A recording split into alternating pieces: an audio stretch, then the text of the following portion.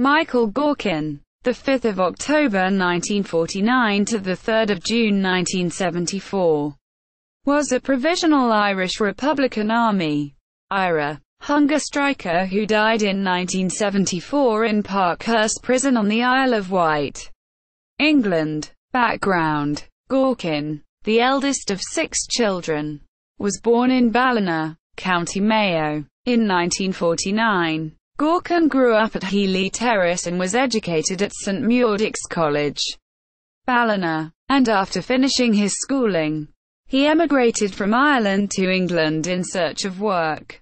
Whilst in London, Gaughan became a member of the official Irish Republican Army, IRA, through official Sinn Féin's English wing Clan MARIAN, and became an IRA volunteer in a London-based active service unit.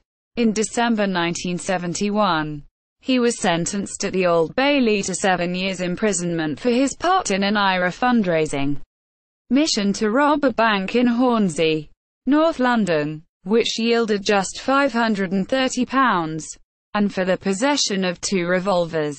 Gaughan was initially imprisoned at Wormwood Scrubs, where he spent 2 years before being transferred to the top-security Albany prison on the Isle of Wight. Whilst at Albany prison, Gaughan requested political status. This was refused, and he was then put in solitary confinement. He was later transferred to Parkhurst prison, where 4 of the Belfast 10 were on hunger strike for political status.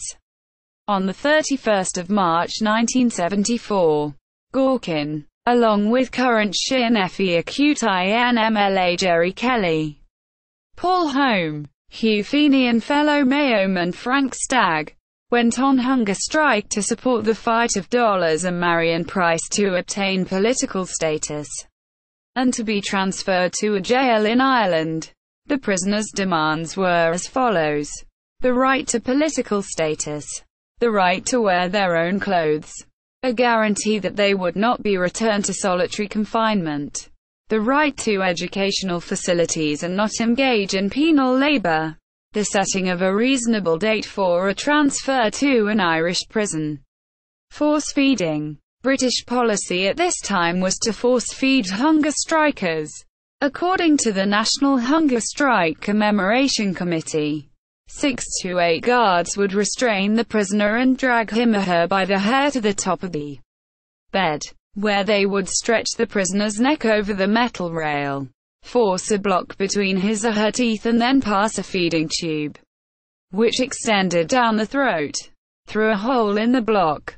Quote, after visiting Michael in jail, his brother John described his condition. His throat had been badly cut by force feeding and his teeth loosened.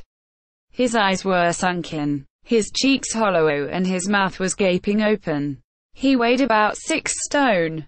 Quote, during his hunger strike, his weight dropped from 160 pounds to 84 pounds. Gaughan was force-fed from the 22nd of April, and this occurred 17 times during course of his hunger strike.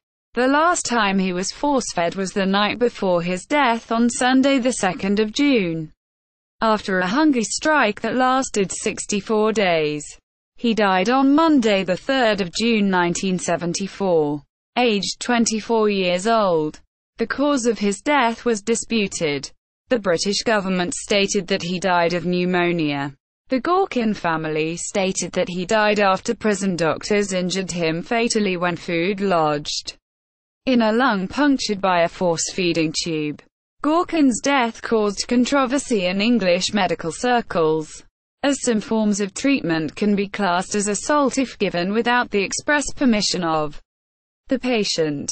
The timing of his death came just 1 week after the British government had capitulated to the demands of Ulster Loyalist hunger strikers.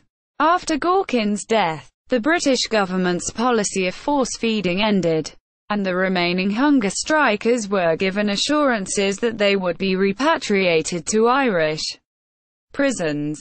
However, these promises were reneged on by the British government.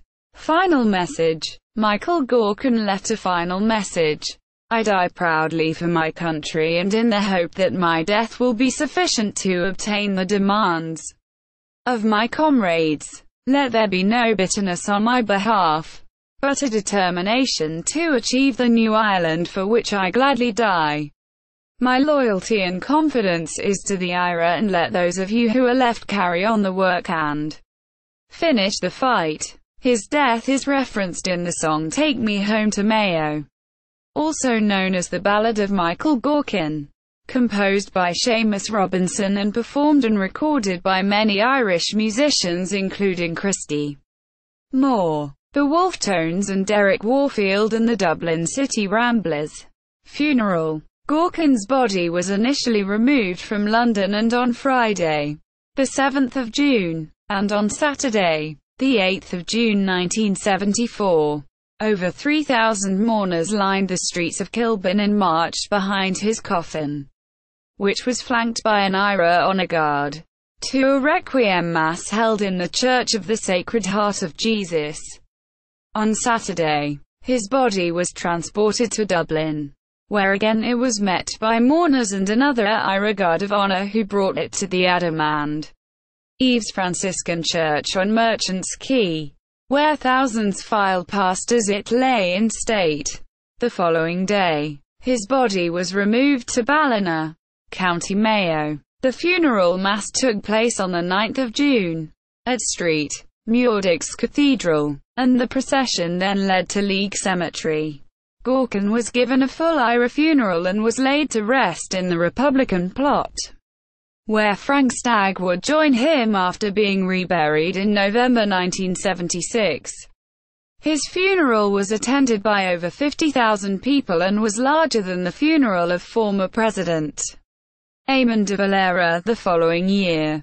Ballina Republican Jackie Clark presided at the last obsequies, and the oration at his graveside was given by Dathy O'Conaill, who stated that Gaughan had been tortured in prison by the vampires of a discredited empire who were joined by decrepit politicians who were a disgrace to the name of Irishmen. His coffin was draped in the same tricolour that was used for Terence McSweeney's funeral 54 years earlier. It would later be used for the funeral of James McDade, an IRA member killed in a premature explosion in Coventry. The funeral embarrassed the anti-Republican Fine Gael Labour coalition government in Dublin at the time, and its Taoiseach, Liam Cosgrave. Paddy Cooney, Minister for Justice at the time, claimed that the IRA intimidated businesses in the towns that the funeral procession passed through, forcing them to close. Commemoration. There are annual lectures and commemorations in honour of Gaughan, Frank Stagg and Sean McNeila, a Ballycroy IRA man who died on hunger strike in Dublin in 1940.